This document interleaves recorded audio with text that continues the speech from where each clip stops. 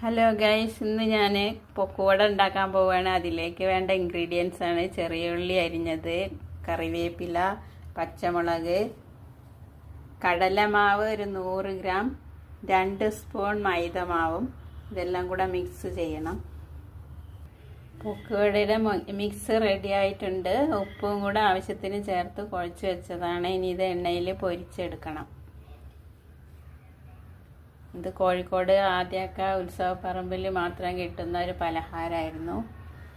ഇപ്പം ഇത് ഞാൻ ഉണ്ടാക്കി നോക്കുകയാണ്. നല്ല രുചിയുള്ള പലഹാരമാണ്. ഉണ്ടാക്കാം.